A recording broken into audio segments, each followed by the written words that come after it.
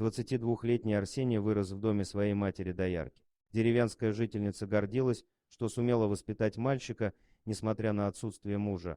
Никому не было известно, где находится родной отец Арсения, да и сама Тоня не любила о нем рассказывать. Из-за тяжелого физического труда женщине не раз приходилось болеть. Ее отец, Константин, поддерживал в трудные минуты. Дедушка участвовал в воспитании Арсения. Внуку нравилось проводить с ним время. В школе одноклассники часто высмеивали паренька из-за его старой, поношенной одежды. Порой он приходил домой даже избитым, так как давал обидчикам отпор. После окончания учебы Арсений отправился в город на поиски работы. Через некоторое время парня взяли в одну фирму курьером. Здесь он познакомился с дочерью своего директора. Они встретились случайно. Молодой человек подвозил Лизу к ее дому. В тот вечер они обменялись номерами телефонов и стали встречаться. Девушку не волновало финансовое положение кавалера, хоть она и привыкла с детства к роскоши. Однако родителям Лизы будущий зять не пришелся по душе. «Если не оставишь мою дочь в покое, пеняй на себя», требовал от парня Герман Станиславович.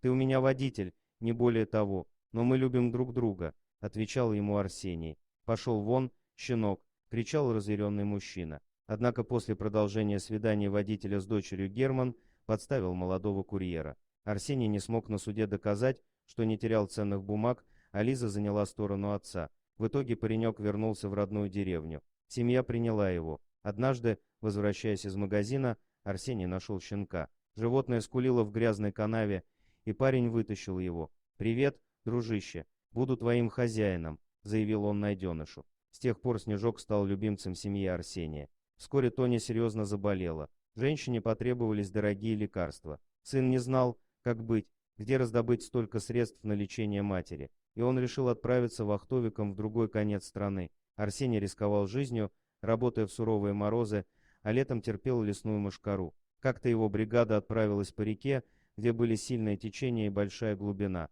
Из-за некачественного инвентаря люди утонули.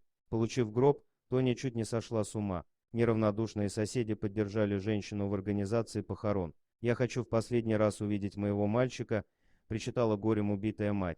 «Такое нельзя показывать. Тело слишком изувечено», — отвечал ей Константин. Снежок начал рычать на гроб, не давая к нему приближаться. Это показалось Константину странным. Он все-таки решил снять крышку. «Это не он», — закричала при виде умершего Тоня, прижимаясь к отцу. «Значит, наш мальчик жив».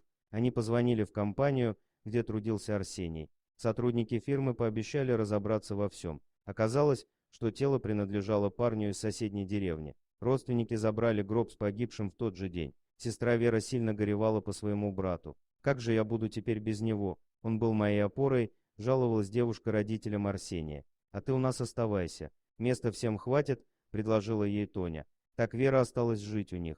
Снежок ходил за ней по пятам, выпрашивая ласку и провожая везде. Однажды семья узнала, что Арсению удалось выжить. Его нашли на берегу местные жители. Парня обогрели и предоставили работу. Но молодой человек потерял память, и вспомнить что-то о родных он не смог. Лесничий Матвей Степанович помог освоиться Арсению. Пожилой мужчина приютил его к себе. Как-то, перебирая старые газеты, парень увидел заметку о трагедии, которая произошла около года назад. Вдруг его осенило, когда он засмотрелся на фото бывших коллег, мы же были вместе. Я вспомнил, и он засобирался домой. На тот момент Арсений уже зарабатывал на рыболовстве и вернулся к семье. Перед этим он поблагодарил дядю Матвея за свое спасение, пригласив мужчину в гости. «Я перед вами в долгу», — сказал он ему на прощание. «Да не волнуйся ты. Я поступил так, как обязан был поступить человек», — отвечал старик. Когда в окно мать увидела знакомый силуэт, она воскликнула: «Сыночек, мой сын вернулся».